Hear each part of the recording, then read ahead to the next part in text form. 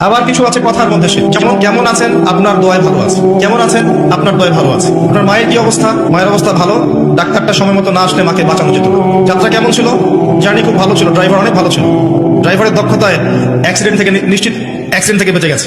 আমি না থাকলে কাজটা হতো না, ভাগ্যিস আপনি ছিলেন, না হলে আমার এই বিপদ থেকে রক্ষা হতো না। প্রচুর কথা বলতে গেলে সারা রাত চলে যাবে, কথার মধ্যে বেশি শিরক হচ্ছে। এমনকি অনেক গানের লিরিক্স দেখবেন, তোমাকে ছাড়া বাঁচবো না, তুমি আমার জীবন, তুমি আমার মরণ, এ ধরনের কথা আছে না। আসমান জমিন চন্দ্র সূর্য সব তোমার, তোমার জন্য চাঁদ নিয়ে এসে দিব, চাঁদে বাড়ি বানাবো, কত কথা। এই শিরক এবং তাওহীদটাকে শেখেন, শেখার পরে আপনি উপন্যাস পড়বেন, কবিতা পড়বেন, গানের লিরিক্সগুলো পড়বেন, দেখবেন যে শিরক দিয়ে ভর্তি।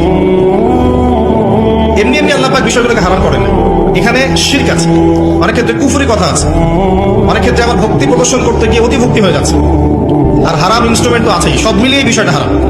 তার উপরে আবার এটা আপনার সময় কিল করবে এবং আপনাকে আল্লাহর জিকির থেকে সরিয়ে দেবে। যখন আপনি এগুলোর মধ্যে ডুবে যাবেন, ওই মোমেন্টে আপনি আল্লাহকে ডাকতে পারবেন না, ওই সময়টা ওরা খেয়ে ফেললো। সব মিলিয়ে বিষয়টা হারাম। তো এরকম কথায় অনেক শিরক হয়। তো বেসিক কথা হচ্ছে তিনভাবে শিরক হতে পারে, আপনার কথায়, আপনার কাজে এবং আপনার চিন্তায়। কথা, কাজ এবং চিন্তাকে বিশুদ্ধ করতে পারলে তাওহীদ প্রতিষ্ঠা হবে। তাওহীদের উপর থাকলে পরেই উম্মার কল্যাণ আছে। আল্লাহ পাক আমাদেরকে তাওহীদে থাকার তৌফিক দান করুন।